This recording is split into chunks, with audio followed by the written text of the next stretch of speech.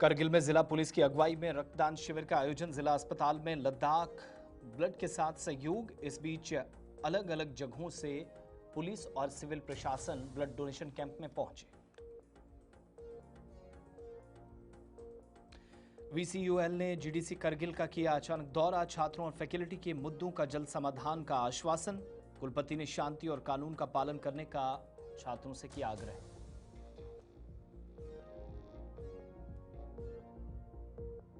ताहिर हुसैन ने करगिल में निर्माणाधीन निदेशालय का निरीक्षण किया। एफसीएस एंड सीए निदेशक के निर्माण प्रगति का जायजा लिया।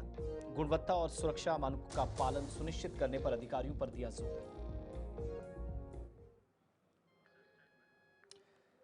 आप देख रहे हैं लद्दाख स्पेशल में हूं आपके साथ आसिफ रशीद। और सबसे पहले बात करगिल की, जहां पर जिला पुलिस के सहयोग से जिला अस्पताल करगिल में लद्दाख ब्लड द्वारा एक रक्तदान शिविर का आयोजन किया गया।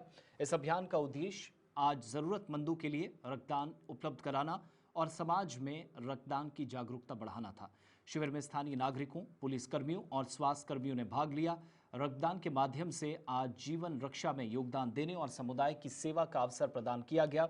आयोजकों ने इस अवसर पर कहा कि इस तरह के कार्यक्रम समय समय पर आयोजित किए जाएंगे ताकि जरूरतमंदों को खून या रक्त दिया जा सके।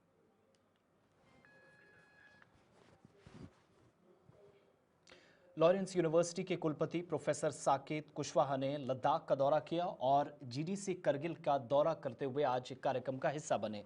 उनने फैकल्टी और छात्रों से मुलाकात कर आश्वासन दिया कि उनकी वास्तविक समस्याओं को विश्वविद्यालय के ढांचे के भीतर हल किया जाना चाहिए, जिस पर उन्होंने काम शुरू किया है। कुलपति ने छात्रों से शांति और सौहार्द बनाए रखने का आग्रह किया और किसी भी अवैध गतिविधि से दूर रहने की सलाह दी। उन्होंने कहा कि संवाद और सहयोग के माध्यम से समस्याओं का समाधान संभव है।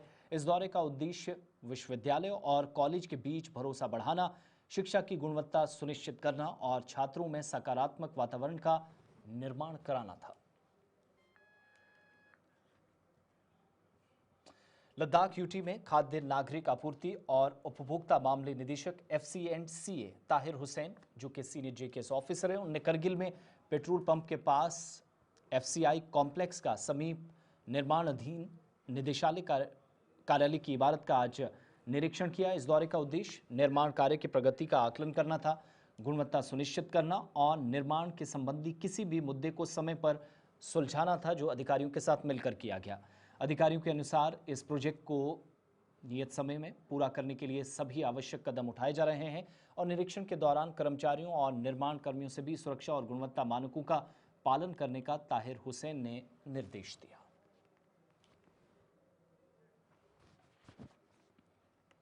कर्नाटक फॉरेस्ट अकादमी धारवाड़ के 33 रेंज ऑफिसर प्रशिक्षकों ने 1 से 4 अक्टूबर 2025 तक लद्दाख में 5वीं अध्ययन यात्रा की। इस बीच इनमें 24 पुरुष और 9 महिलाएं या फिर अधिकारी शामिल थे।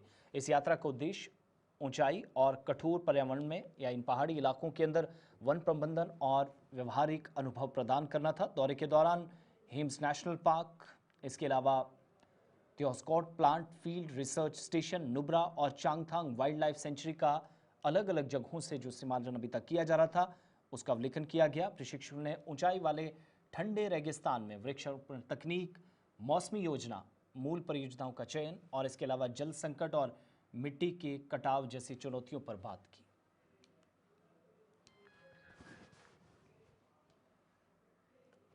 पगीर के अध्यक्ष और लद्दाख के अंदर कई कार्यों में अहम भूमिका निभाने वाले त्युवांग दोर्जे ने उपराज्यपाल कुविंदर गुप्ता से लद्दाख सचिवालय में मुलाकात की और इस अवसर पर दोनों पक्षों ने संगठन और प्रशासनिक मामलों पर विचार विमर्श किया। आज इस विशेष अवसर पर जब मुलाकात एलजी के साथ हुई है तो पगीर के अध्यक्ष ने कहा जाता है कि क्षेत्रीय मुद्दों और विकास कार्यों पर अपनी चिंता और सुझाव सरकार के सामने साझा किया। उपराज्यपाल ने संगठन की गतिविधियों को भी सराहा और प्रशासन की तरफ से तमाम तरह के काम या दृष्टिकोण से समाधान पर विचार करने के बाद काम और कदम उठाने का आश्वासन दिया। इस बैठक का उद्देश्य संवाद बढ़ाना, पारदर्शिता सुनिश्चित करना और क्षेत्र के हित में सामूहिक प्रयासों को प्रोत्साहन करना ताकि सरकार के साथ मिलकर काम किए जा सके। लद्दाख स्पेशल में बस इतना ही। समय छोटे से ब्रेक का है।